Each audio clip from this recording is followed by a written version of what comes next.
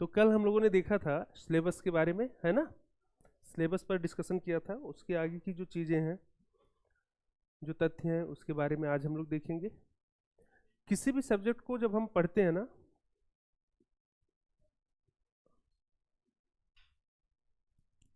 चलिए focus on here, थोड़ा सा फोकस कर लेते हैं, है ना। हाँ, तो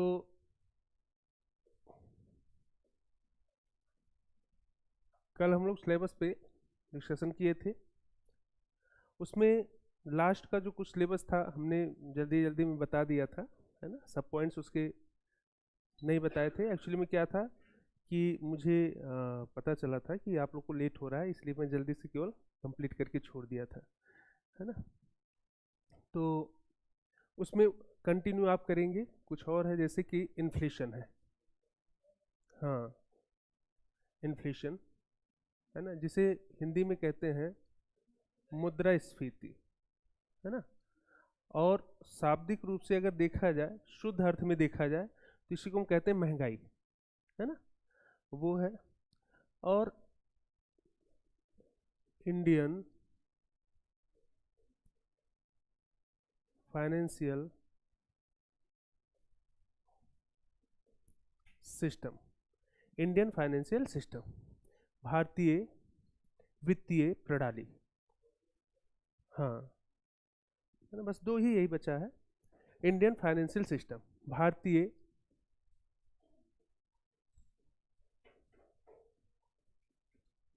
वित्त,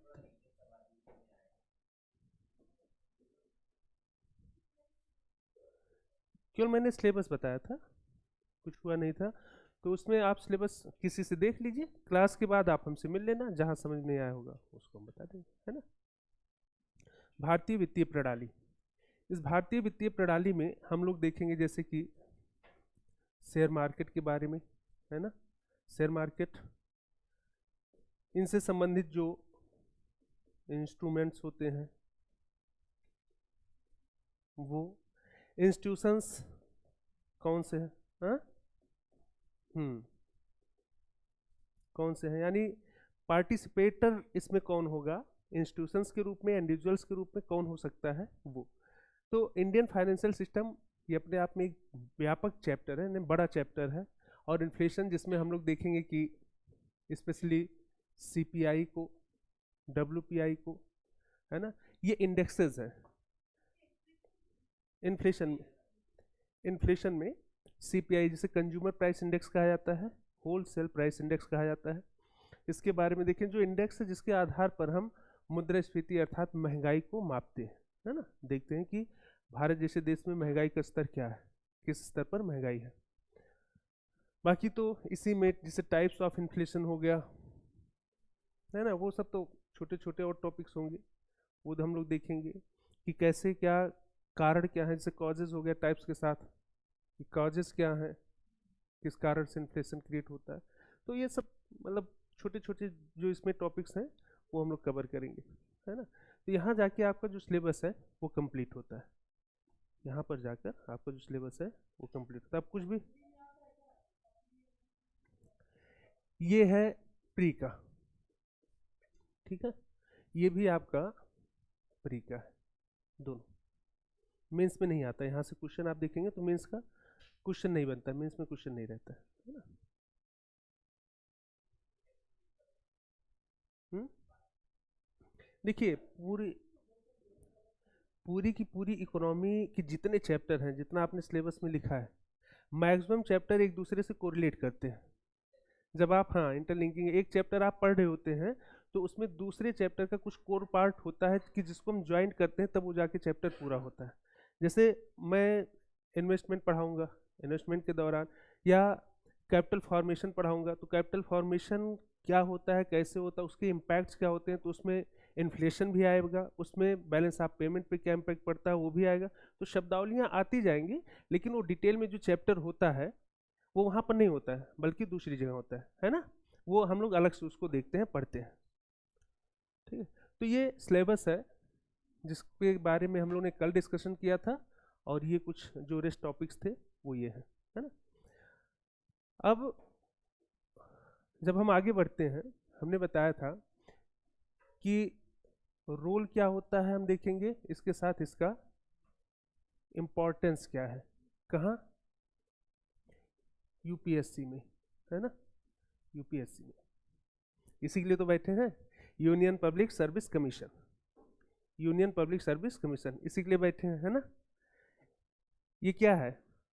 यूपीएससी एक इंस्टीट्यूशन है जो एग्जाम कंडक्ट कराता है, किसके लिए? आईएएस के लिए, आईपीएस के लिए, आईआरएस के लिए, ऐसे so many postage are there, उनके लिए कराता है। तो सबसे पहले तो हमें ये समझना होगा कि इस यूपीएससी के द्वारा जो एग्जाम कंडक्ट कराया जाता है ना, जो एग्जाम कंडक्ट कराया जाता है, उस एग्जाम का नेचर क्या है? नेचर क्या है? नेचर के अकॉर्डिंग हमको रोल समझ में आएगा, और इस रोल के अकॉर्डिंग हमको इम्पोर्टेंस समझ में आता है ना। तो जो नेचर ऑफ एग्जाम है वो आप देखेंगे तो 3 स्टेजेस में या 3 फेजेस में बटे हुए हैं। पहला, जिसे आप कहते हो प्रारंभिक परीक्षा, प्री का एग्जामिनेशन। दूसरा, हाँ, मेंस होता है। और तीसरा, हाँ, पीटी या पर्सनालिटी टेस्ट या इंटरव्यू, जिसे हम कहते हैं साक्षात्कार। त्रिस्तरीय ये परीक्षा है जिसके लिए एक पूरा शेड्यूल निर्धारित किया जाता है पूरे ईयर का, कि एक निश्चित टाइम ऑफ पीरियड में प्री का एग्जामिनेशन कंडक्ट कराया जाएगा, आफ्टर देन मेंस चलेगा, और फिर एक टाइम पीरियड, जैसे अभी पर्सनालिटी टेस्ट चल रहा है ना, अभी क्या है, पर्सनालिटी टेस्ट चल रहा है। तो यहाँ प्री में आपका जो सब्जेक्ट है उसका रोल क्या है, मेंस में जो आपका सब्जेक्ट है उसमें क्या रोल है, और पर्सनालिटी टेस्ट में आपके सब्जेक्ट का रोल क्या है, पहले ये देखते हैं। तीनों स्तर पर जो आपका सब्जेक्ट है, सब्जेक्ट क्या है? इकोनॉमी, है ना, यही तो है। आगे इंडियन लगा लीजिए, इंडियन इकोनॉमी, यही सब्जेक्ट है। प्री को जब हम देखते हैं, यानी प्री एग्जामिनेशन को देखते हैं, तो इंडियन इकोनॉमी से जो लास्ट ईयर क्वेश्चंस पूछे गए हैं उनका रेशियो क्या है ना, और रेशियो के अकॉर्डिंग हमको भूमिका समझ में आ जाएगी, रोल क्या है वो समझ में आ जाएगा। आप देखेंगे कंटिन्यूसली जो प्री का एग्जामिनेशन है उसमें लास्ट ईयर अगर आप एनालिसिस करिए, लास्ट ईयर क्वेश्चन पेपर का अगर एनालिसिस करिए, तो आप देखेंगे औसतन 20 क्वेश्चंस, मतलब 16 क्वेश्चन, मिनिमम क्या है 16 क्वेश्चन, मैक्सिमम क्या है 22 क्वेश्चन, 23 क्वेश्चन, 24 क्वेश्चन, है ना। यानी 16 क्वेश्चन से लेके 24 क्वेश्चन तक पूछे गए हैं। मिनिमम 16 क्वेश्चन, मैक्सिमम कितना 24 तक। तो हम ऑन एवरेज देख रहे हैं कितना ले रहे हैं 20 क्वेश्चन, है ना। मान लीजिए 16 आता है तो ठीक है, 24 आता है तो ठीक, दोनों के एवरेज ले लेते हैं, 20 क्वेश्चन हम मान के चलते हैं कि पूछा ही जाना है। अब कम आ गया तो ठीक, ज़्यादा आ गया तो भी ठीक, है ना। तो ऑन एवरेज की अगर हम बात करें औसत रूप से लगभग 20 क्वेश्चन प्रत्येक वर्ष आपके इस इकोनॉमिक सेगमेंट में, इकोनॉमिक जो पोर्शन है इससे पूछा जा रहा है। 20 क्वेश्चन को अगर हम देखें कितने में पूछा जा रहा है, तो 100 क्वेश्चन में आउट ऑफ 100 क्वेश्चन। अब परसेंटेज देखेंगे तो कितना हो गया 20%, कितना हो गया 20%, है ना। हाँ, देख लीजिए क्वेश्चन है या नहीं, बताइए, है ना।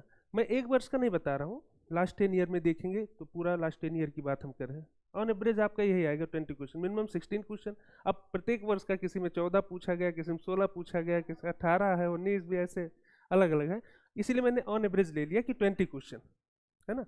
अब ये 20% का जो योगदान है ना, 20% का योगदान है, वो इकोनॉमिक सेगमेंट का आपके इस यूपीएससी के द्वारा जो एग्ज़ाम कंडक्ट कराया जा रहा है उसके प्रिलिमिनरी टेस्ट में, यानी प्रारंभिक परीक्षा में दिखाई पड़ता है। अब हम देखते हैं कि जब इस 20% को एनालाइज करते हैं कहाँ के लिए, प्री के लिए, तो जो रिजल्ट अभी हो रहा है वो कितने क्वेश्चंस पे हो रहा है, आप देखेंगे 50 क्वेश्चंस पे, 50 क्वेश्चंस, जो 50 क्वेश्चंस सॉल्व करके आ रहा है, यानी 50 क्वेश्चन जिसका सही हो जा रहा है उसका प्री हो जा रहा है। अभी वर्तमान में, अभी इस बार तो जो एक्सपेक्टेशन किया जा रहा है, कोई कह रहा है कि 45 क्वेश्चन पे ही हो गया है, कोई कह रहा है नहीं 47 क्वेश्चन पे हो रहा है, ठीक है, यानी 45 टू 47 के बीच अभी, हाँ, जो बातें की जा रही हैं वो इन्हीं के बीच बातें की जा रही हैं कि 45 टू 47, यानी 45 क्वेश्चन से 47 क्वेश्चन जिसका सही उसका प्री इस बार हुआ है ना। अब एग्जैक्ट तो पता चलेगा जब रिजल्ट आएगा, तब कटअप जब आएगा तभी पता चल पाएगा कि कितने कटअप गया था। हाँ, हम कह रहे हैं चलिए 45 को भी छोड़ देते हैं, क्रॉस कर देते हैं, 47 को क्रॉस कर देते हैं, हम मानते हैं 50 क्वेश्चंस को, है ना। कितने में? Out of 100 questions, if you have solve only 50 questions, then you will qualify your preliminary examination test। यानी अब आप एबल हैं किसके लिए? मेंस एग्जामिनेशन के लिए। देखिए, यानी इस 20% क्वेश्चंस को अगर हम केवल सॉल्व करते हैं तो यहाँ आपको फिर कितना 30% ही केवल मेहनत करना है। 30 क्या, अगर 100 में देखें 15% बचा, केवल 15% का मेहनत करना है ना। यानी 20 क्वेश्चन आप यहाँ से अगर केवल सॉल्व कर देते हैं तो 30 क्वेश्चन आपको केवल और ढूंढना है पूरे के पूरे पेपर से, जिसमें हिस्ट्री भी है, जिसमें ज्योग्राफी भी है, जिसमें पॉलिटी भी है ना, जिसमें इकोलॉजी इन्वायरमेंट भी है, जिसमें साइंस टेक भी है, और इकोनॉमी के करंट के अतिरिक्त जो करंट बचता है वो है ना, बचता है पूरा ना। अब ऐसा तो है ना कि ये 20% अगर हम बात जिसकी बात कर रहे हैं, यानी 20 क्वेश्चन की बात कर रहे हैं, तो ऐसा भी नहीं है कि आप पूरा 20 का 20 क्वेश्चन सही करके आओगे, संभव ही नहीं है। संभव है? बताइए, नहीं कर पाओगे। लेकिन अगर आप सही से पढ़ाई करते हो, सही से पढ़ाई करते हो, तो लगभग मान के चलिए, हाँ, लगभग 12 क्वेश्चन से 14 क्वेश्चन, 12 से 14 क्वेश्चन, अगर आपकी स्किल अच्छी है तो 12 से 14 क्वेश्चन आप करके चले आओगे। 20 टू 14 क्वेश्चन आप कर लेते हो। अब यहाँ देखिए, total number of question 100, selection कितने पे हो रहा है? 50 क्वेश्चन पे। इस 50 क्वेश्चन में यानी हम कह रहे हैं और कम कर लीजिए, चलिए 10 क्वेश्चन हम कह रहे हैं। 10 क्वेश्चन आप अगर इकोनॉमी से केवल सॉल्व करके आते हो तो 10% की भूमिका आपकी हो गई। टोटल आउट ऑफ 100 में देखेंगे 20% की भूमिका दिखाई पड़ेगी, यानी 10 क्वेश्चन आपको यहाँ से मिल रहा है। अगर थोड़ा सा स्किल अच्छा, तो मैंने कहा कितना, लगभग 12 से 14 क्वेश्चन आप कर लोगे, 14। इसके बाद 5 से 6 क्वेश्चन ऐसे होते हैं कि जो यूपीएससी जिसका आंसर बता सकते, दूसरा कोई नहीं बता सकता, उस टाइम पे तो नहीं बता सकता कोई, बाद में एनालिसिस किया जाता है, हम ही लोग करते हैं, देखते हैं क्वेश्चन कहाँ से पूछा गया, तब जाके उसका सोर्स पता चलता है, जिसका एक्सपेक्टेशन नहीं होता है। लेकिन 10 से 12 या 14 क्वेश्चंस ऐसे होते हैं कि जिसपे थोड़ा सा मेहनत अगर आप करते हैं तो आसानी से सॉल्व हो सकता है। हाँ हाँ, वो तो मेथड है, उसको हम बताएंगे आगे, जैसे क्लास चलेगा तो क्वेश्चन का फॉर्मेटिंग भी कराएंगे और बताएंगे कि इसको कैसे सॉल्व कर सकते हो, आपके पास क्या मेथड्स होना चाहिए। उस मेथड्स में एक मेथड्स है आपका जिसे आप कहते हो एलिमिनेशन मेथड, है ना, तो वो भी एक विधि है, प्रविधि है, जिसके माध्यम से आप कर सकते हो। तो जो भूमिका यहाँ पर देखिए प्री में दिखाई पड़ा है, जिस रोल की हम बात कर रहे हैं, वो रोल कितने का है? 20 क्वेश्चंस का, है ना, 20 क्वेश्चंस का। और इसके अकॉर्डिंग, इस रोल के अकॉर्डिंग हम अगर इम्पोर्टेंस को देखें तो यहाँ ये 20% की जो भूमिका अदा कर रहा है, इसका मतलब आपके एग्जामिनेशन में 20% की महत्वपूर्ण भूमिका आपका एक ये जो पेपर है, एक जो सब्जेक्ट है, एक जो सेगमेंट है, उसकी दिखाई पड़ती है ना। टोटल क्वेश्चन कितना करना है? 50। टोटल क्वेश्चन 50 करना है। दूसरा, मेंस की तरफ बढ़ते हैं, यहां देखते हैं मेंस एग्जामिनेशन में। मेंस में आप देखेंगे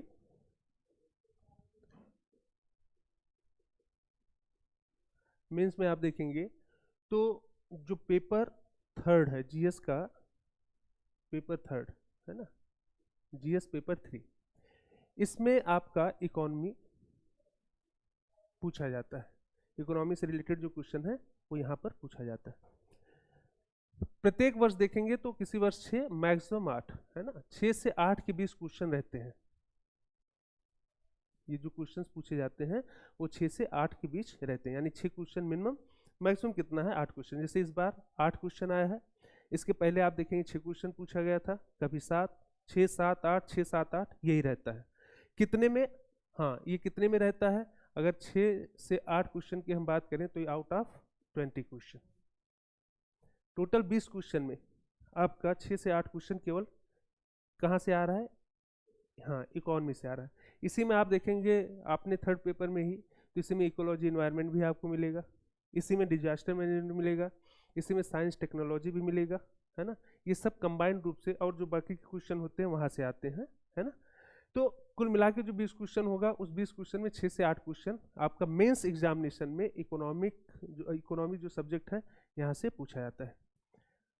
इसके लिए आपको बिल्कुल निश्चिंत रहना है। मैं पहले ही कहा हूँ कि जो नोट्स होगा उसी नोट्स में आपको अगर 6 क्वेश्चन पूछा जा रहा है 5 रहेगा, 8 क्वेश्चन पूछा रहा है 6 से 7 रहेगा, आपके इधर उधर कहीं भटकेंगे, एट इट इज रहेगा, इसकी तो मैं गारंटी देता हूँ। और नहीं तो क्या ही बताएं, जो पीछे है उनसे तो कोई आपका भी संबंध है ही नहीं है, जो पिछले स्टूडेंट्स रहे हैं। तो वहाँ से मेंस के लिए आपको कहीं इधर उधर भटकने की जरूरत नहीं है, प्री के लिए भी नहीं भटकना है, लेकिन उसमें मेहनत थोड़ा सा ज़्यादा है। मेंस में बहुत ज़्यादा मेहनत नहीं, क्योंकि नोट्स आपको पूरा बाकायदे यहीं पे मिल जाएगा, कोई चाहे बुक पढ़िए ना पढ़िए कोई फर्क नहीं पड़ेगा, है ना। तो मेंस में अगर देखा जाए 6 से 8 क्वेश्चन अगर पूछा जा रहा है, तो अब इसका परसेंटेज आप निकाल लीजिए, जो भी परसेंटेज हो, या 6 से 8 क्वेश्चन के हिसाब से अगर आप देख लीजिए तो बहुत बड़ी भूमिका है। यानी बिना, अगर थर्ड पेपर को आप करना चाहें तो बिना इकोनॉमी के आप अच्छे नंबर नहीं ला सकते। 6 से 8 क्वेश्चन कम नहीं होता है, हाँ, है ना। तो यहाँ से आप देखेंगे तो थर्ड पेपर को मजबूत आप करेंगे, उसमें इकोनॉमी की भूमिका आपको दिखाई पड़ेगी। अगर वो मजबूत हो जाता है, थर्ड पेपर मजबूत होगा, उसमें अच्छा नंबर आप ला सकते हैं।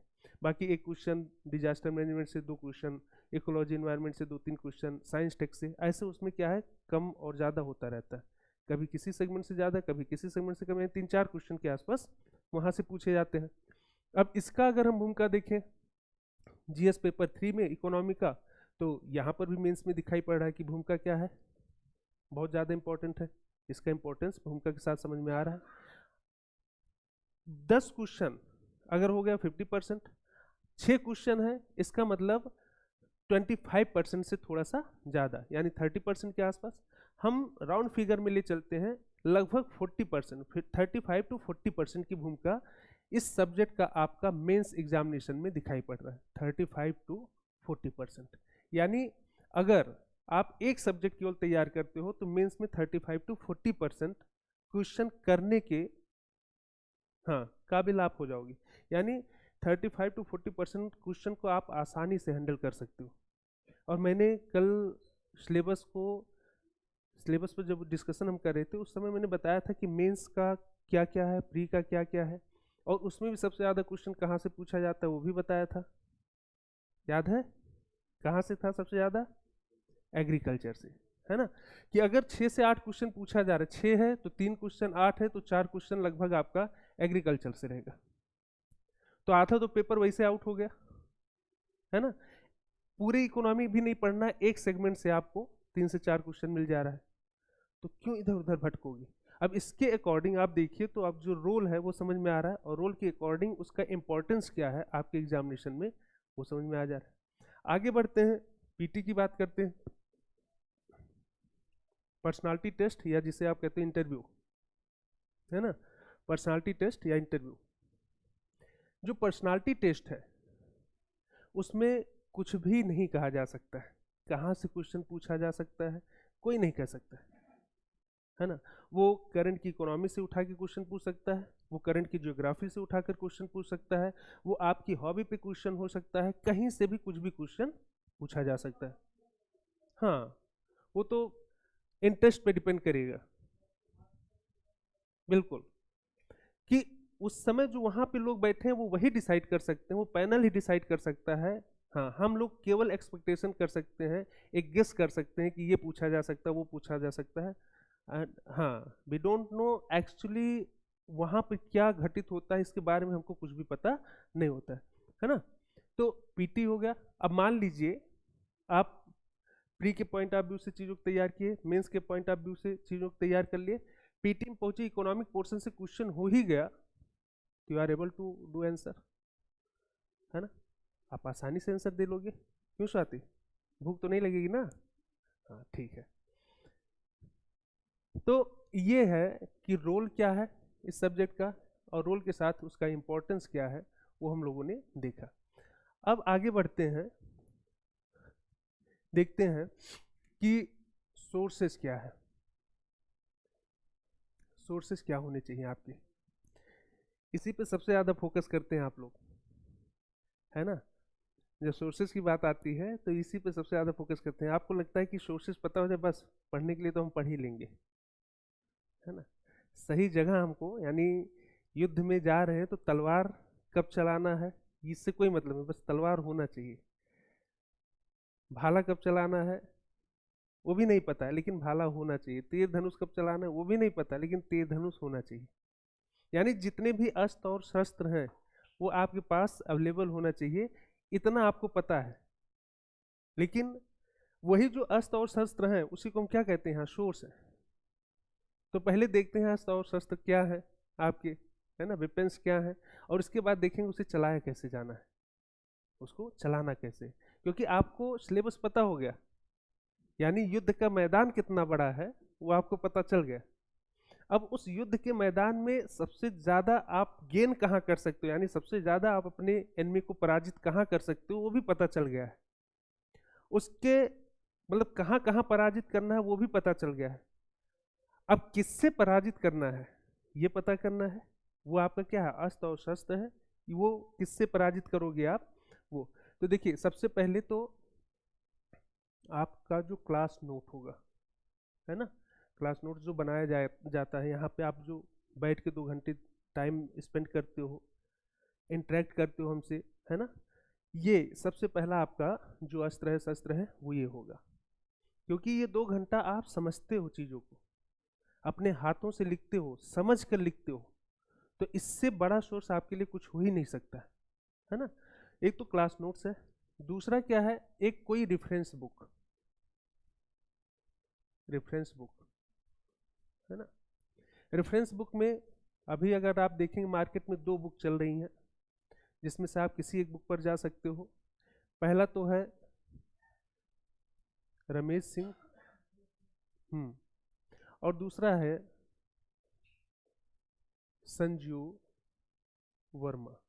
यही 2 बुक है, या तो आप रमेश सिंह पे जा सकते हो या संजीव वर्मा पे, दोनों में से कोई एक बुक आप लेके रख लीजिए, है ना। हालांकि बहुत ज़रूरत नहीं पड़ेगी, मैं कह रहा हूँ बहुत ज़रूरत आपको पढ़नी नहीं है, लेकिन फिर भी एक बुक रखे रहिए, क्योंकि कोई कोई पूछ ही ले आपसे। अभी तो ये शुरू किया, हाँ। मान लीजिए कोई पूछ ही ले, अच्छा भैया आप तो यूपीएससी की तैयारी करते हो, हाँ, इकोनॉमी के लिए कौन सा बुक पढ़ते हो, याद शुरू कर दिए।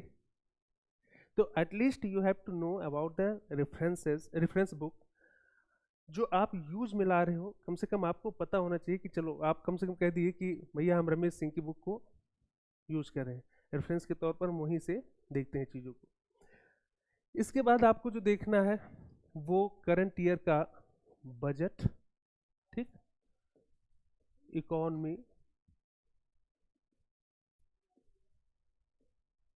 सर्वे, यानी आर्थिक, हाँ हाँ बता रहा हूँ, इकोनॉमिक सर्वे, और इसके साथ India year book, India year book, है ना। अब देखिए ये जो बजट है ना, ये यूनियन बजट की हम बात कर रहे हैं जो ईयर बेसिस पे जारी किया जाता है 1 फरवरी को, है ना।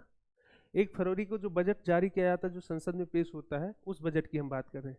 इकोनॉमिक सर्वे जो लास्ट ईयर की सर्वेक्षण होती, समीक्षा होती है, वो प्रस्तुत किया जाता है। वो सबसे जो लीगल आपका सोर्स है वो ये है, बजट और सर्वे, है ना, सबसे लीगल सोर्स है ये बजट और सर्वे। यहाँ से आपको देखेंगे तो बहुत सी चीज़ें आपको मिल जाएंगी, चाहे प्री के पॉइंट ऑफ व्यू से देखिए, चाहे मेंस के, या फिर इंटरव्यू में भी अगर पूछ सकता है तो यहाँ से पूछा जा सकता है। और इंडिया ईयर बुक, ये ईयर बुक है, आप देखेंगे मार्केट में इतनी मोटी सी मिलेगी, मोटी सी बुक आती है। ज़रूरी नहीं कि उस बुक को आप, उतना मोटी बुक को आप पढ़िए, बहुत से ऐसे बुक हैं जो जिस्ट के रूप में है, वो भी आप जा सकते हो, अच्छे अच्छे उसमें है, ले सकते हो। इसके बाद पूरे वर्ष, हाँ, करंट की जो चीज़ें हैं उससे आपको स्वयं को जोड़ के रखना है। तो जैसे मैं बताया कि हर टॉपिक में करंट से मैं जोड़ता चलूँगा, है ना। बाकी कुछ चीज़ों से आप जुड़ते चलोगे, करंट की जो क्लासेस होती हैं वो भी आप ले सकते हो, वहाँ से भी चीज़ों को आप जोड़ सकते हो। तो ऐसे करंट से आप जुड़ते रहिए, बस इससे ज़्यादा आपको कुछ नहीं करना है। अब इंडिया ईयर बुक एक ऐसा बुक होता है, आप देखोगे मार्केट में जाइए कभी, ऐसे मांग लीजिएगा, आज जाइए निकलते समय किसी बुक स्टॉल पे जाना और कह देना भैया इंडिया ईयर बुक हमको चाहिए, दिखाइए। आप देखेंगे इतनी मोटी सी बुक निकाल के देगा जिसमें लिखा होगा 23 इंडिया ईयर बुक या भारत लिखा होगा, है ना, बता रहा हूँ वही, भारत 2023 लिखा होगा। आप उसको खोलना, जब खोलोगे कंटेंट पे जाना, उसमें आपको हिस्ट्री भी मिलेगा, उसमें आपको ज्योग्राफी भी मिलेगा, उसमें इकोलॉजी एनवायरनमेंट भी मिलेगा, उसमें इकोनॉमी भी मिलेगा, उसमें पॉलिटी भी मिलेगा। जितने भी चेंजेस गवर्नमेंट ऑफ इंडिया की तरफ से किए गए हैं, योजनाएं, नीतियां, सब कुछ एक जगह मिलेंगी, है ना। यानी आप सिंपली कह सकते हैं कि एक ग्रंथ है, किसका, सरकार का, जो किसके संदर्भ में है, पूरे भारत की। सब कुछ, सब कुछ आपको उसमें मिलेगा, है ना। बाकी योजना है, कुरुक्षेत्र है, वो भी सब लोग पढ़ते हैं, आप भी पढ़ सकते हो, चाहो तो योजना कुरुक्षेत्र पढ़ सकते हो। हाँ, मैगजीन जो आता है, पतली सी मैगजीन आती है, वो भी आप चाहो पढ़ सकते हो। योजना में क्या है कि एक एक योजनाओं का वर्णन एक एक मैगजीन में रहता है। एक, हाँ, एक मंथ में किसी एक योजना के बारे में, किसी एक फील्ड के बारे में, किसी एक सेक्टर के बारे में जितने भी डिटेल्स हैं वो एक ही जगह पुटअप कर दिया जाता है, एक ही जगह उसको राइट डाउन कर दिया गया। तो आप उस पर जाकर देख सकते हो। लेकिन कई बार क्या होता है, मैं आपको बता रहा हूँ कि वहाँ से आपके लिए इम्पॉर्टेंट क्या है उसको निकालना बहुत चुनौतीपूर्ण हो जाता है, वेरी डिफिकल्ट। आप समझ ही नहीं पाओगे कि उसमें क्या पढ़ें क्या छोड़ें। तो अभी इनिशियल फेज में करने की आवश्यकता नहीं है, क्योंकि बेसिक्स आपको पता नहीं है और आप टॉप की चीज़ों पे चले जाओगे तो दोनों के बीच बहुत बड़ा गैप दिखाई पड़ेगा और उससे स्वयं को आप डिमोटिवेट करना शुरू कर दोगे। आपको लगेगा हमको तो कुछ समझ में नहीं आ रहा है या कुछ पता नहीं। पहले आप बेस क्लियर कर लो, शब्दों से परिचित हो जाओ, है ना, क्षेत्रों से परिचित हो जाओ, उसके बाद जब आप पढ़ोगे तो आसानी से चीज़ें समझ में आएंगी, है ना। जैसे कहीं पर आप जाते हो, कहीं पर आप जाते हो, मान लीजिए आपको दिल्ली ही आना था, अलग अलग जगहों से आप आए हैं, दिल्ली का नाम तो आप सुने हैं, लेकिन आते समय क्या डायरेक्ट वहां से निकले बस दिल्ली पहुंच गए, नहीं, ट्रेन पे बैठे होंगे, फ्लाइट पे बैठे होंगे, बसों पे बैठे होंगे, जगह जगह आप देखे होंगे नए नए क्षेत्र दिखाई पड़े होंगे। या मान लीजिए आप अपने साधन से आते तो कितनी जगह पूछना पड़ता, धीरे धीरे चीज़ें तब क्लियर होती हैं, तब आपको समझ में आ जाता अच्छा दिल्ली पहुंचने के लिए इतना मेहनत करना है, इसलिए कहा जाता है दिल्ली दूर है, इसलिए कहा जाता है दिल्ली दूर है। तो उस दिल्ली को नज़दीक करने के लिए, यानी लक्ष्य को नज़दीक करने के लिए आपको भी एक एक स्टेप से चलना होगा। बेसिक क्लियर होगा, एडवांस क्लियर होगा, करंट की चीज़ें आपको पता होगी, अब उठा के उससे जोड़ देंगे आसानी से। जो बुक आप साल भर में नहीं खत्म कर सकते हो, 2 महीने में मेन मेन जो इसके टॉपिक्स हैं वो आराम से खत्म हो जाएंगे और आपको लगेगा क्या कि सब कुछ का निचोड़ एक जगह मिल गया। बाकी वैसे बहुत सी बुक्स हैं, रेफरेंस बुक की हम बात करें तो बहुत सी बुक्स हैं, जिसमें एस.एन. लाल की बुक है, मिश्रापुरी की है, दत्त सुंदरम की है, लेकिन ये जो बुक है ये यूनिवर्सिटीज़ वगैरह में चलती है। ऑप्शनल के पॉइंट ऑफ व्यू से उन्हें पढ़ना ज़्यादा बेहतर होगा, ना कि जीएस के पॉइंट ऑफ, जीएस के पॉइंट ऑफ व्यू से बस अगर देखा जाए तो एक तो सबसे सफिशियंट आपका ये होगा जो हम कराएंगे यहाँ पे। इससे ज़्यादा हो सकता है कि आपको ये भी पढ़ने की आवश्यकता ना पड़े, लेकिन फिर भी एक बुक खरीद के रखे रहिए। और बजट और सर्वे ये आपका लास्ट में ही होता है, यानी जब बजट गवर्नमेंट पेश करेगी तभी हम पढ़ा सकते हैं, बता सकते हैं, है ना। अब गवर्नमेंट बजट ही नहीं पेश किया, आप अगर सोचिए कि सर बजट क्यों नहीं पढ़ा रहे हैं, तो कैसे संभव है ना। हम्म, वो होगा या तो मैं ही लूंगा या करंट का जो क्लास होगा उस करंट की क्लास में आपका बजट और सर्वे दोनों होगा, ठीक है। तो ये आपके सोर्सेज हैं। हाँ, इसमें एक मस्ट है जो जिसका चर्चा सभी लोग करते हैं, एनसीईआरटी, है ना, एनसीईआरटी ये। और इसमें भी केवल आप अगर पढ़ना तो 11th की जो एनसीईआरटी है मेरे हिसाब से केवल वही पढ़ लेना, बाकी की ज़रूरत नहीं है। अगर आपकी क्षमता है तो और भी पढ़ सकते हैं, अदरवाइज छोड़ देना, है ना। 11th की पढ़ लेना बस, इसीलिए मैं बोला पालमपुर की कहानी पढ़ने की आवश्यकता नहीं है, उतनी कहानियां मैं यहाँ खुद ही बता दूंगा, है ना। वो पालमपुर की कहानी मैं आलमपुर की कहानी बता दूंगा, बराबर हो जाएगा चीज़ें। तो ज़रूरत नहीं है पालमपुर की कहानी पढ़ने की। हाँ, ये 11th का पढ़ लेना। इसमें जो एक सोशल डेवलपमेंट की बात की गई है, सोशल इकोनॉमिकल डेवलपमेंट की बात की गई है, इंफ्रास्ट्रक्चरल डेवलपमेंट की बात की गई है, वो यहाँ पर आपको मिलेगा। यानी कुल मिला के हम कहें तो मेंस के पॉइंट ऑफ व्यू से आपको ये बहुत मदद करने वाली है ये एनसीईआरटी, और प्री के पॉइंट ऑफ व्यू से तो जो है ही है ना। तो ये आपके सोर्सेज हो गए। अब आपको अस्त्र शस्त्र भी पता चल गया, वेपन्स क्या क्या है वो भी पता चल गया। अब चलिए देखते हैं कि लड़ना कैसे है ना, चलाना कैसे है। सबसे पहले आपको जो मेहनत करना है वो यहाँ और यहाँ है ना। यानी फेज 1 में, फेज 1 और फेज 2 और फेज 3, इस 3 फेज में आपको अपने अस्त्र और शस्त्र का प्रयोग करना है। जितने भी वेपन्स हैं उनका प्रयोग 3 फेज में करना है।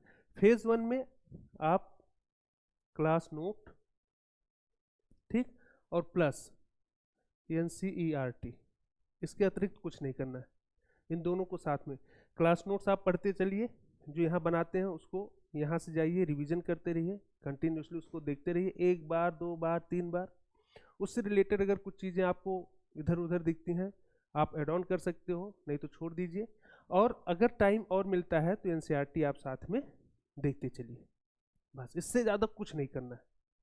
क्यों नहीं करना है वो भी मैं बताऊंगा स्ट्रेटजी में कि क्यों नहीं करना है, मतलब what to do and what not to do, क्या करना है क्या नहीं करना है वो आपको सीखना है।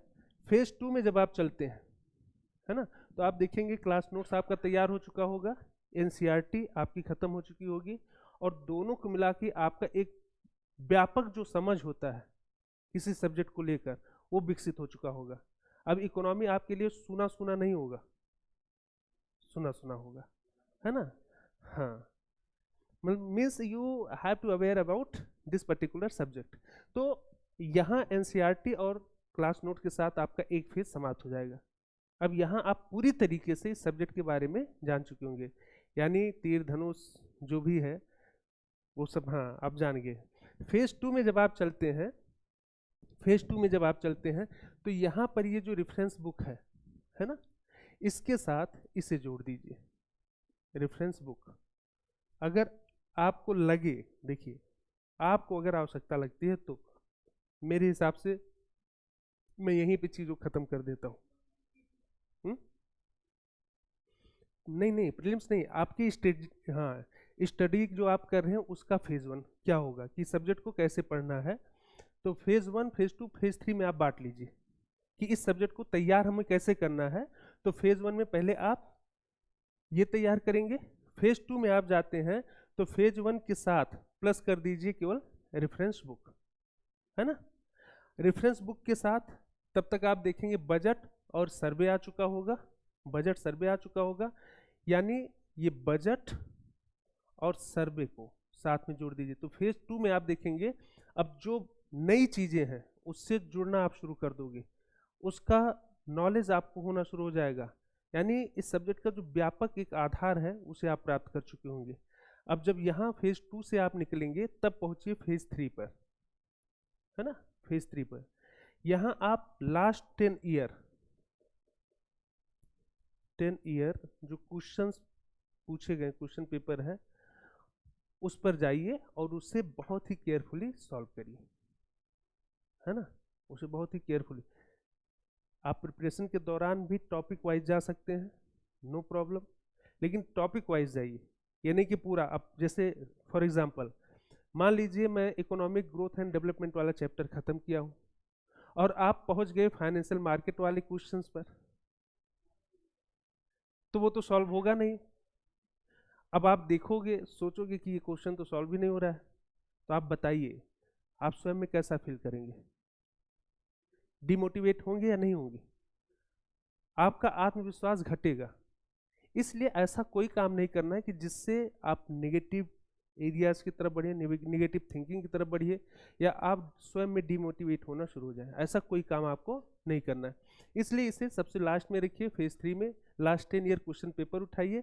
यहाँ पर भी आप अगर करना चाहें तो कर सकते हैं, लेकिन टॉपिक वाइज चलिए, लेकिन आप पता ही नहीं पाओगे कि कौन सा टॉपिक कहाँ है। फेज 1 में तो बिल्कुल नहीं पता पाओगे कैसे है, 2 में जाकर आपको हो सकता है पता चल भी जाए। तो करना चाहे तो आप कर लीजिए, नहीं तो हम लोग यहाँ तो कराते ही हैं कि ठीक है ये क्वेश्चन पूछा गया है, इस तरीके क्वेश्चन पूछा जा सकता है, यहाँ से तो हम लोग क्लास के दौरान बताते ही चलते हैं। ठीक, ये हो गया 3 फेज में आपकी ये जो सोर्सेज हैं, इसको सोर्सेज को इस्तेमाल कर कैसे किया है, कैसे यूज किया जाएगा, ये 3 फेज में आपने समझ लिया। अब देखिए जो वेपन्स है वो भी पता हो गया, चलाना कैसे है वो पता चल गया, है ना। अब देखते हैं कि बहुत शार्पली कैसे चलाया जाएगा, है ना। अब प्रैक्टिस कर लेते हैं। जैसे अभी क्या है, आपको पता चल गया तीर धनुष ऐसे चलाया जाएगा, तलवार ऐसे चलाया जाएगा, ये पता चल गया, लेकिन अब चला के देखते हैं, प्रैक्टिस करके देखते हैं कैसे। तो देखिए उसके लिए अगले टॉपिक की तरफ हमें बढ़ना होगा, वो है अप्रोच। करंट तो आपका कंटिन्यू साथ साथ चलेगा। इंडिया ईयर बुक अभी आप सेकंड फेज में जोड़ सकते हैं, हाँ सेकंड फेज में जोड़ लीजिए, ठीक है। अप्रोच और इसके साथ हाँ स्ट्रेटेजी,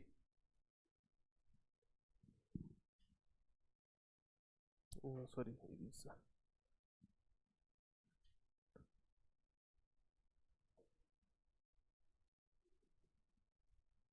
स्ट्रेटेजी, ठीक है। क्या होगा ये, क्या हुआ, भूख लग गई, हाँ ठीक है। तो देखिए जो अप्रोच आपका है ये भी स्ट्रेटजी का ही पार्ट है। आपकी रणनीति जितनी अच्छी होती है, कहते हैं ना रणनीति, रणनीति जितनी अच्छी होगी आपका लक्ष्य उतना ही आसान होता है ना। और रणनीति कैसे की बनाई जाएगी उसके लिए प्लानिंग करना होता है। स्ट्रेटजी आपकी जितनी अच्छी होगी सफलता उतनी ही जल्दी और उतनी बेहतर, उतनी लाजवाब तरीके से आपको मिल सकती है। स्ट्रेटजी में कुछ चीज़ों को आपको फोकस करना होगा, जैसे मैंने कहा अप्रोच, अप्रोच है ना। अप्रोच आप देखेंगे कैसा अपनाना होगा, कैसा अप्रोच आपका होना चाहिए। तो जो क्वेश्चंस पेपर पूछे गए हैं अगर उन्हें देखा जाए तो हम पाते हैं कि ट्रेडिशनल लेवल पे भी क्वेश्चंस पूछे गए हैं, यानी कुछ पोर्शंस उसमें क्या रखे जाते हैं ट्रेडिशनल लेवल का, और कुछ क्या होता है करंट लेवल का होता है। अगर इन दोनों को जोड़ा जाए तब जाके हमारा जो क्वेश्चन होता है वो पूरा होता है। जैसे फॉर एग्जांपल मान लीजिए क्वेश्चन दे दिया, पूछ लिया कि निम्नलिखित कथनों पर विचार करें, ठीक, निम्नलिखित कथनों पर विचार करें। अब उसमें दे दिया कि भारतीय अर्थव्यवस्था की समृद्धि दर विगत दशक में निरंतर रूप से बढ़ी है ना, विगत दशक में निरंतर रूप से बढ़ी है।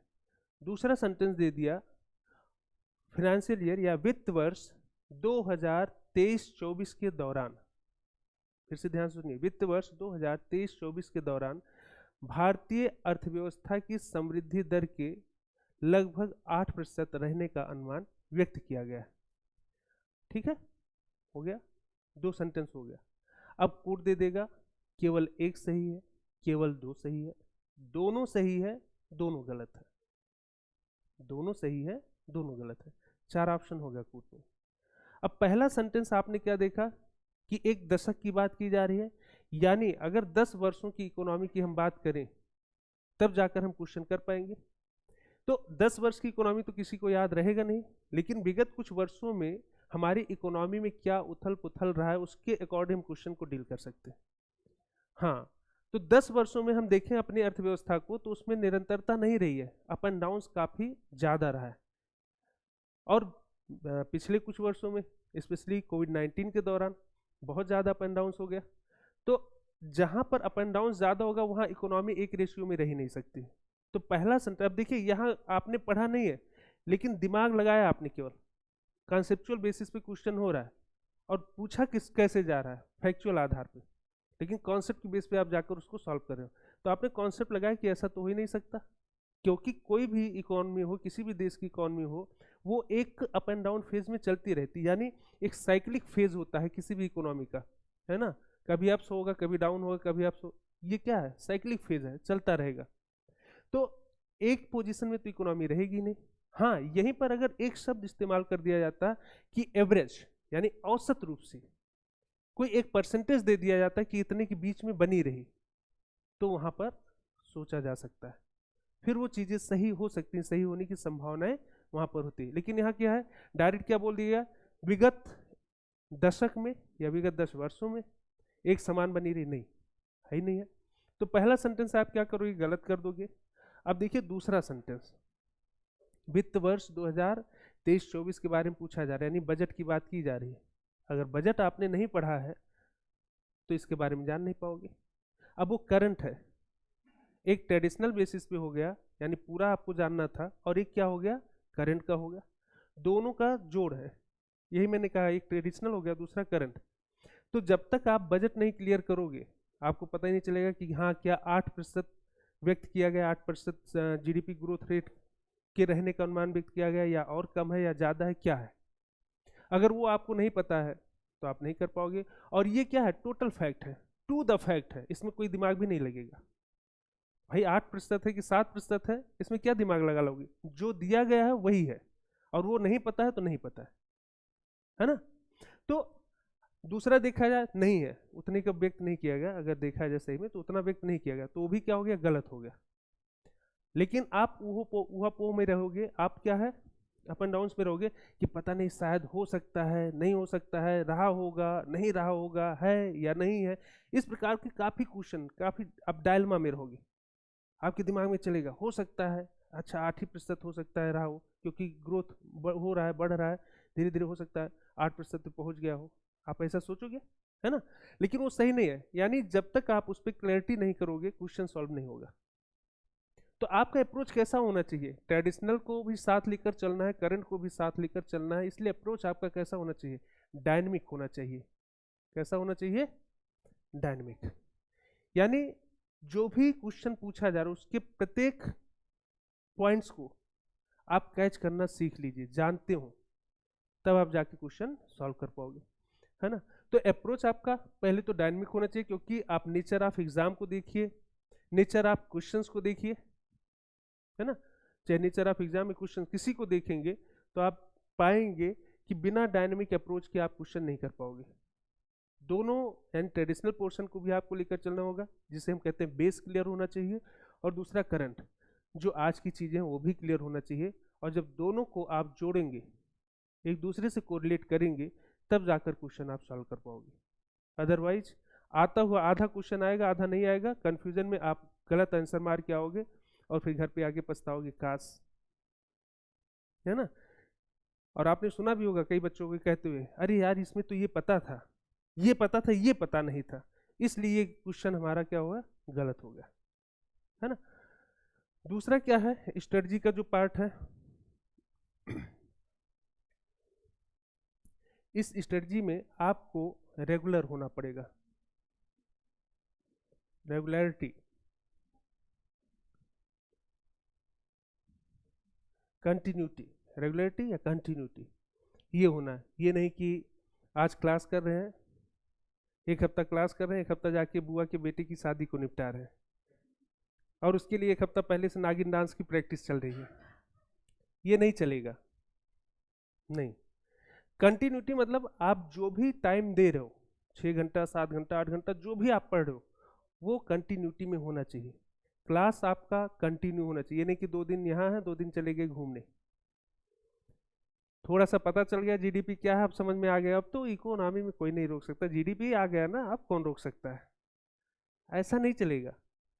इकोनॉमी मतलब पूरा इकोनॉमी समझना होगा, उसके कोरिलेशंस को समझना होगा, इंटरलिंकिंग को समझना होगा, अदर सब्जेक्ट के साथ उसका क्या व्यवहार है वो समझना होगा, और पेपर के पॉइंट ऑफ व्यू से रिलेवेंसी को समझना होगा। और इन सब को जब एक मंच पर एक जगह रखकर आप देखोगे, तब आपको आपकी मंजिल नजर आएगी, है ना।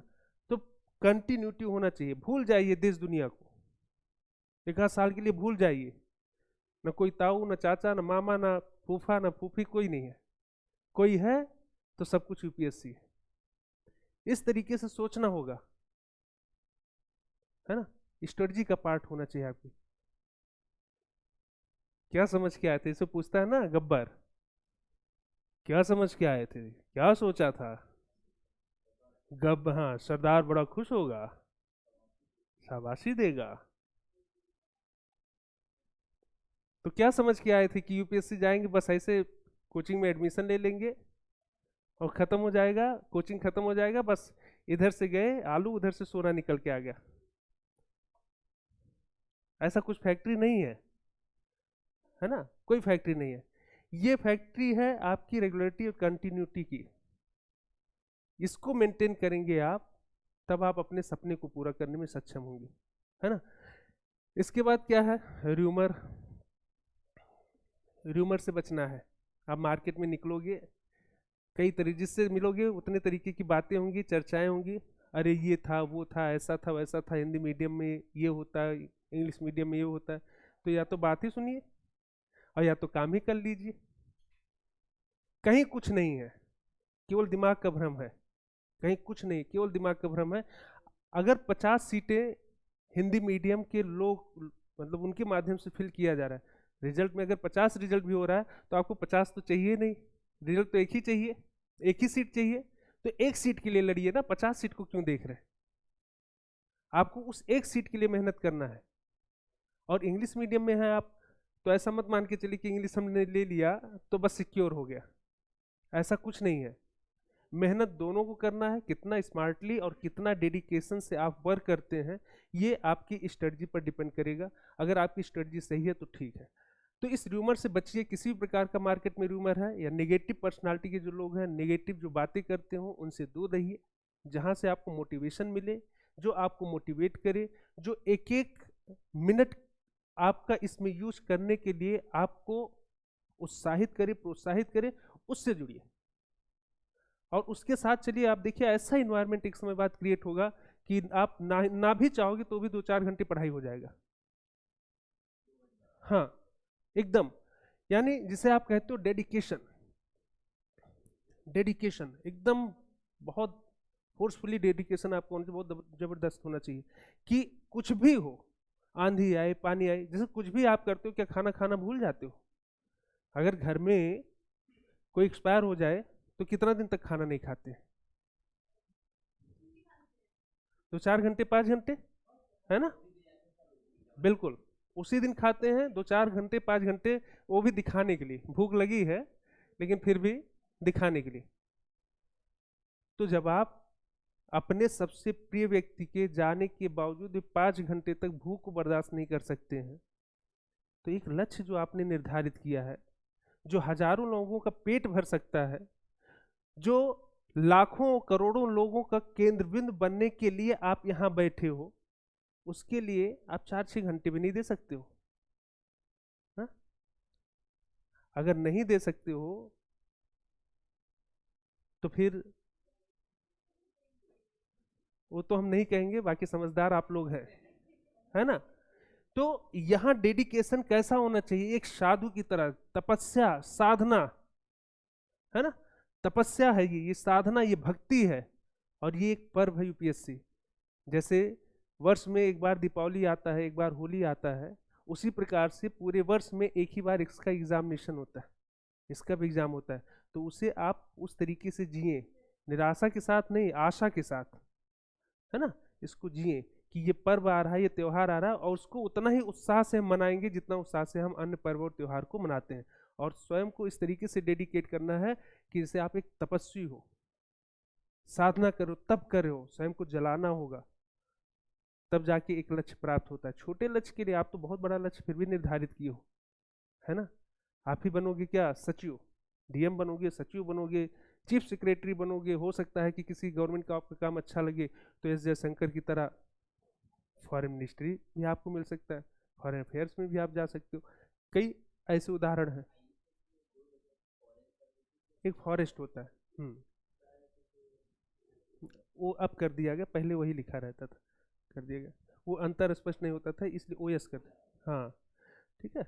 डेडिकेशन होना चाहिए। इसके बाद आपको करना क्या है कि एक बुक है ना, उसको 10 बार पढ़िए, एक बुक को 10 बार। 10 टाइम, ना कि 10 बुक को एक बार।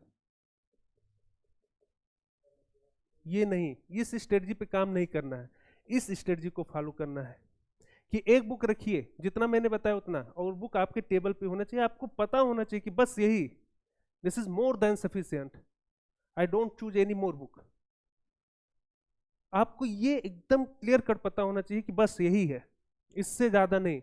और अगर आपने अपने रूम को लाइब्रेरी बनाया तो उसका परिणाम आप भुगतोगे। वो समय चला गया कि जब लाइब्रेरी हुआ करता था, इसलिए क्योंकि कोई एक टॉपिक किसी बुक में होता था, कोई दूसरा टॉपिक किसी दूसरे बुक में होता था, तब लोग 10 बुक खरीद के लाते थे और उस टॉपिक को निकाल के पढ़ते थे।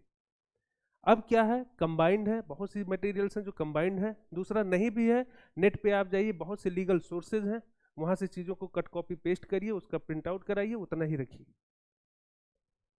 ज्यादा बुक रखने की आवश्यकता नहीं, हर एक सब्जेक्ट के कुछ निश्चित बुक हैं, उन्हीं बुक को रखिए, आपके टेबल पे होना चाहिए, वो आपको पता होना चाहिए, है ना। और उतने पे आपको वर्कआउट करना बार बार, यानी एक बुक को 10 बार पढ़ोगे, जितनी बार आप एक बुक को पढ़ोगे उतने नए नए थॉट्स आपको देखेंगे कि निकल कर सामने आएंगे, नई नई चीजें आपको मिलती जाएंगी। आप सोचो ओ, ये भी ऐसा भी हो सकता है, मैं तो ऐसा समझ रहा था, ऐसा समझ रही थी।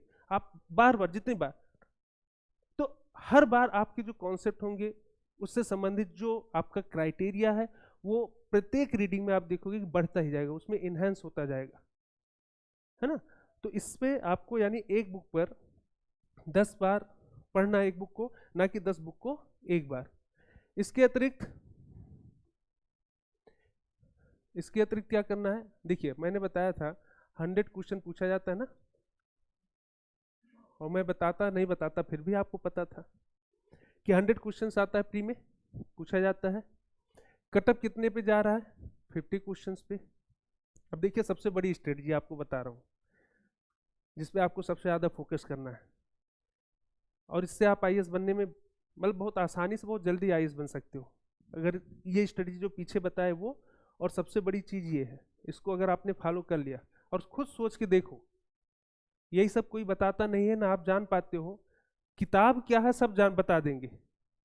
आप जाइए बुक स्टॉल पे, वो भी बता देगा भैया अच्छा पॉलिटी, ये लो लक्ष्मीकांत पकड़ो ले जाओ, कभी तैयारी ना किया हो, है ना। नहीं नहीं, एक बात मैं कह रहा हूँ, मैं किसी बुक की, या इकोनॉमिक लो रमेश सिंह पकड़ो ले जाओ, दे देगा। इतना तो बेचते बेचते उसको भी पता हो गया। और आप सोचिए इस धरा के सबसे प्रबुद्ध प्राणी है, आपको नहीं पता है, आपको नहीं पता, उसको बेचते बेचते पता हो गया, तो आपको भी तो पता होना चाहिए। तो ये जो 50 क्वेश्चंस है, जो कटअप अभी निर्धारित हो रहा है 50 क्वेश्चन से हो रहा है, हम कह रहे हैं आप सेफ साइड लेकर चलिए, 70 क्वेश्चन पे आपको फोकस करना है। बहुत ध्यान समझिए, लिखना बंद करिए, लिखना बंद कर दीजिए, 1 मिनट के लिए इधर उधर का जो ध्यान है वो भी खत्म कर लीजिए प्लीज। बहुत इंपॉर्टेंट चीज बता रहा हूं, अगर इस पे आपने फोकस कर लिया, ध्यान दे दिया, और इसको दिमाग में बिठा लीजिए, बार बार इसको दिमाग में अपनी रिवीजन करते रहिए, मैं निश्चित बता रहा हूं आपका इफर्ट जो इतना है ना, इतना हो जाएगा, इतने में ही आपको आपका पूरा सब कुछ मिल जाएगा। 70 क्वेश्चन, मैं कह रहा हूँ 70 क्वेश्चन पे आप फोकस करिए, यानी अभी यहाँ पर 100 माइनस 17 कितना, 30 क्वेश्चन। इसको भूल जाइए, कुछ नहीं, पढ़ना ही नहीं है, देखना ही नहीं, करना ही नहीं, 70 क्वेश्चन केवल करना है ना, केवल 70 क्वेश्चन। और वो भी कब, अगर आपका गड़बड़ होता है तो कैसे, जैसे अगर आप 50 क्वेश्चन सही कर ले गए, छोड़ दीजिए वहीं, बंद करिए पेपर को और सीधे सर रखिए, सो जाइए, उसके बाद देखना ही नहीं पेपर को, क्या है क्या नहीं है, क्योंकि रिस्क होगा ना, फिर गलत भी हो सकता है क्वेश्चन। आपने कर लिया, यानी you are out of your cut off, हो गया। अब मान लीजिए 50 क्वेश्चन आप करते हो, लेकिन आपको डाउट है कि नहीं इसमें 2 क्वेश्चन ये गलत है, शायद हो सकता है, 5 क्वेश्चन है शायद ये गलत हो सकता है, आप आगे बढ़ जाइए, मैक्सिमम सॉल्व कर लीजिए, कितना, 70। यानी अगर 40 क्वेश्चन आपका सही है, 40 प्लस आप करके आते हो, आपको लगता है 40 सही, 10 में कहीं डाउट है, आप 70 तक बढ़ जाइए, 100 पे फिर भी मत जाइए, क्योंकि जो क्वेश्चन पूछे जाते हैं उसमें 10, 20, 20 क्या 30 कर लीजिए, अभी जो रेशियो है 10, 30 एंड 60 है ना, ये रेशियो है। 10 क्वेश्चन ऐसे होते हैं कि जो बहुत टफ माने जाते हैं, ये होते हैं जो मॉडरेट माने जाते हैं, और ये होते हैं जो बहुत ही इजी क्वेश्चंस होते हैं या नॉर्मल होते हैं, वो क्वेश्चंस होते हैं। 60 क्वेश्चन पे आपको फोकस करना है सबसे ज़्यादा, इसके बाद 30 क्वेश्चन पे और इस 10 क्वेश्चन पे फोकस करना होता है। हमको करना क्या चाहिए, 60 क्वेश्चन पे केवल फोकस सबसे ज़्यादा करना चाहिए, इसके बाद टाइम अगर हो तो 30 पे कर लीजिए और इस 10 क्वेश्चन को छोड़ दीजिए, फोकस ही नहीं करना है। लेकिन हम करते क्या, उल्टा, सबसे ज्यादा फोकस इस 10 क्वेश्चन पे करते हैं, पूरे वर्ष उसी 10 क्वेश्चन का आंसर ढूंढने में हम लगे रहते हैं। क्यों? क्योंकि हमें साबित करना है, oh I am UPSC student and I how, मतलब कैसे हम इस क्वेश्चन, ये एक जो ईगो आता है ना अंदर, अरे मैं यूपीएससी, अरे इतना मैं आईएएस बन रहा हूं, मैं क्वेश्चन नहीं कर पाऊंगा। रुको तुम्हें बताता हूँ, किसको बता रहा हूँ कि कोई नहीं समझने वाला है। बाय द वे मान लीजिए आप 10 क्वेश्चन सॉल्व ही कर लीजिए, कहीं इधर उधर से करके आप सोर्स को ढूंढ ही लीजिए, क्वेश्चन सॉल्व भी हो गया, तो क्या सिलेक्शन होगा? नहीं होगा। सिलेक्शन तो आपका यहीं से होना है, ये जो इजी है, जो नॉर्मल क्वेश्चन है, जो बार बार पूछे गए हैं, जहां से बार बार पूछे गए हैं, वहीं से सॉल्व होगा। अब सोचिए स्ट्रेटजी हमारी क्या होती है, इस 10 क्वेश्चन के पीछे हम पूरे वर्ष भर भगे रहते हैं, इस 60 क्वेश्चन जो है जहां से हमको सिलेक्शन मिलना है, उसको हम छोड़ देते हैं। क्यों? क्योंकि इजी समझते हैं, हमको लगता है ये तो हम कर ही लेंगे। नहीं, अपोजिट चलिए, इस 60 क्वेश्चन पे फोकस करिए। तो देखिए मैंने 70 कहा, 60 यहाँ से मिल गया, 10 क्वेश्चन यहाँ से ले लीजिए जो मॉडरेट है, इसमें भी छोड़ दीजिए 20 क्वेश्चन। 30 क्वेश्चन का स्कोप आपके पास, आप छोड़ सकते हो पूरी तरीके से। जैसे पेपर मिले उस 70 क्वेश्चन को आप ढूंढ लो कहाँ है जो आपको आपके कटअप से बाहर कर, मतलब अंदर करेगा, कटअप के अंदर कर देगा। बाकी अगर और 30 क्वेश्चन को आप छेड़ेंगे तो उस कंडीशन में छेड़ लीजिए कि आपको कुछ नहीं पता है, चलो रिस्क ले लेते हैं। लेकिन अगर आपको पता है तो आप मत छेड़िए, उसके आगे बढ़ने का प्रयास मत करिए। यही 70 क्वेश्चन करके आप आराम से कटअप को पार कर लेंगे। लेकिन होता क्या है, हम जब यहाँ आते हैं तो हम परफेक्शन की तरफ भागते हैं, हमको लगता है 100%। जब यूपीएससी ही नहीं मांग रहा है तो आप क्यों दे रहे हो, क्यों देना चाहते हो? 50% पे टॉपर होते हैं with interview, with the number of interview. 50%, 52, 53 पे टॉपर, पहला रैंक। 2017-18 अनिरुद्ध कुमार आईपीएस, है ना? Presently he is posted in Meerut. हाँ? नहीं,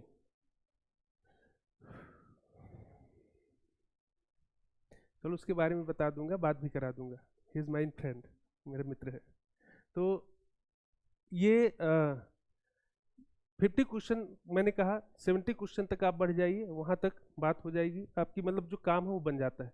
इसके बाद आपको स्ट्रेटजी में क्या फोकस करना है, रिवीजन। नया मत पढ़िए, बहुत ज़्यादा पढ़ने की कोशिश मत करिए, नया उतना पढ़िए जितना आपके काम की चीज़ें हैं। बाकी बार बार चीज़ों को आप रिवाइज करते रहिए। उसका फ़ायदा मैं बताऊं, देखिए क्या होता है कि हम आप छोड़ देते हैं, रिवीजन नहीं करते हैं। क्यों? हमको लगता है कि ये आसान है, हमने पढ़ लिया, याद होगा। अच्छी बात है, जो याद हो जाए एकदम से फिर कभी नहीं भूल रहे हैं, ठीक है, उसको छोड़ सकते हैं। रिवीजन में क्या होता है, कई बार आप जब पढ़ते हो, कई बार कुछ लोगों का आदत होता है लिख के पढ़ते हैं, है ना? लिख के पढ़ते रहते हैं। लिख के जब आप पढ़ते हो या बार बार रिवीजन करते हो तो एक विजुअल इफेक्ट्स होता है, आपकी आंखों में वो विजुअल इफेक्ट्स आ जाता है। जैसे कंटिन्यू आप इस बोर्ड को देख रहे हैं, सुबह से बैठे हैं, अब जब शाम को आप घर जाइए और सोचिए क्या था इस बोर्ड पे, तो आपको समझ में आएगा कि यहाँ वाइट कलर था, यहाँ पे क्या है, ऊपर का कलर, सब कुछ आपको याद आ जाएगा।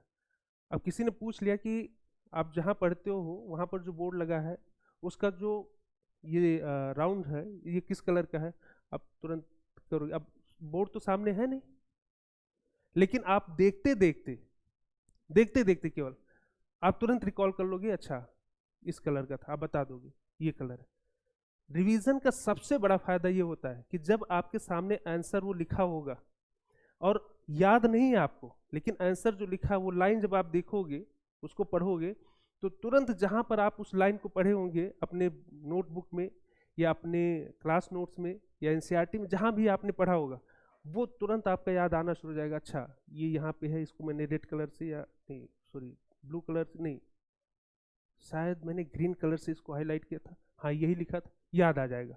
और वो क्वेश्चन जो आपका गलत होने जा रहा था वो क्वेश्चन आपका सही हो जाएगा।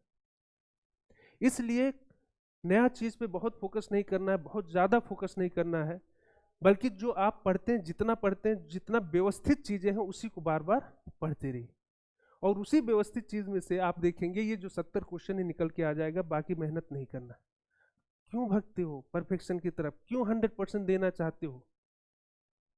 उस एरिया को मजबूत बनाओ जहां से क्वेश्चन पूछे जाते हैं, जहां से सिलेक्शन हो सकता है, उसको क्यों पढ़ते हो जहां से ना तो क्वेश्चन कभी पूछा गया है ना पूछे जाने की संभावना है।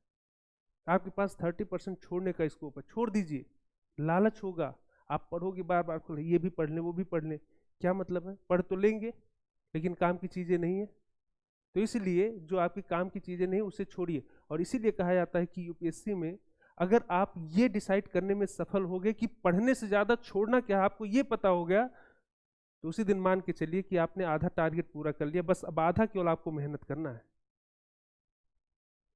और आने के बाद यहाँ इस जगह पर आने के बाद, इस मुखर्जी नगर में आने के बाद, दिल्ली में आने के बाद 2-3 साल, आप विश्वास मानिए 2 साल 3 साल लग जाता है केवल लोगों को सिलेबस पता करने में और क्या पढ़ना है क्या छोड़ना है इसको पता करने में, फिर भी लोग पता नहीं कर पाते।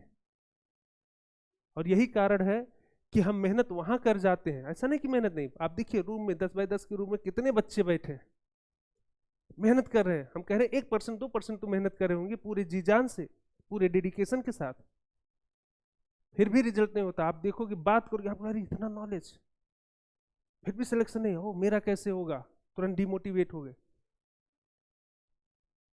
इसका नहीं हुआ, अरे 2 बार इंटरव्यू दिया, 3 बार मेंस लिखा, इसका नहीं हुआ।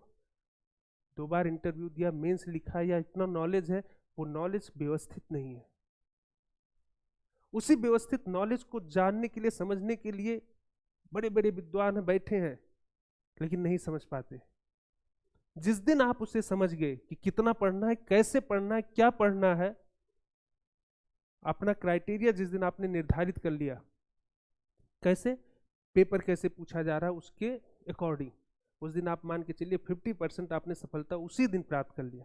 और इसके बाद 50% आपका मेहनत है कि उस पर आप कितना वर्कआउट कर पाते हो, है ना। ये नहीं कि पता चल गया बन गया आईएएस, नहीं, वर्क करना पड़ेगा, उसको बार बार पढ़ना पड़ेगा, देखना पड़ेगा, स्वयं को समर्पित करना पड़ेगा, कई रातें जगनी पड़ेंगी, कई दिन जगना पड़ेगा, अच्छे अच्छे जो फंक्शंस हैं उसे छोड़ना पड़ेगा, कई शौक छोड़ने पड़ेंगे, है ना। वही जिसे कहा जाता है त्याग, त्याग करना होगा, तपस्या करना होगा, तब जाके चीजें आपके अकॉर्डिंग हुई, स्मूथ होंगी। और फिर एक दिन लिस्ट में ऐसे नाम आएगा फला रैंक, और आपके पास एक नहीं हजारों कॉल आएंगे, बेटा बधाई हो, बेटा बधाई हो। घर पे नगाड़े बजेंगे, ढोल बजेंगे, लड्डू बांटे जाएंगे। किसके लिए? आपके लिए, आपके स्वागत के लिए अच्छे अच्छे लोग खड़े होंगे, इंतजार करेंगे कि आइए कब आ रहे हैं। ऐसे गाड़ियां चलेंगी लाइन से, हाँ ऐसे गाड़ियां चलेंगी, आपको वो फीलिंग आएगा जिसके लिए आप यहाँ पर पहुंचे हो, मेहनत करो, वो तब आपको लगेगा कि हाँ हमारा मेहनत सफल हुआ। एक सोच के ही देखिए आपको कितना आनंद लगेगा, लेकिन उस आनंद के लिए स्वयं को जलाना होगा, तब करना होगा, है ना, मेहनत करना होगा। और उस मेहनत के लिए ये चीजें जानना जरूरी है। और ये किसी भी सब्जेक्ट के साथ आप जोड़ सकते हो, this is not only for your economy subject, नहीं, सभी सब्जेक्ट के साथ इस स्ट्रेटजी को अपनाइए, इसके साथ चलिए, इस पूरे पैटर्न को आप देखिए। और मैं निश्चित तौर पर कह रहा हूँ कि कल से मैंने आज तक जितना बताया है, अगर इस पर आप फोकस कर देते हो, 1 हफ्ता भी नहीं बीतेगा, आपको रिजल्ट दिखना शुरू हो जाएगा। आप स्वयं में एक चेंजेस पाओगे, निश्चित तौर पर चेंजेस पाओगे। और अगर नहीं मिलता है तो आप हमको बताना, कहीं नहीं सकते हो आप, एक बार करके देखिए। दुनिया कोई शक्ति नहीं कि जो आपको आईएएस बनाए, केवल एक है बस, और वो आप खुद हैं। हम लोग बता रहे हैं, हम यहाँ खड़े होकर आपको बता सकते हैं ऐसा करिए, वैसा करिए, ये करिए, वो करिए, क्योंकि ये एक एक्सपीरियंस है।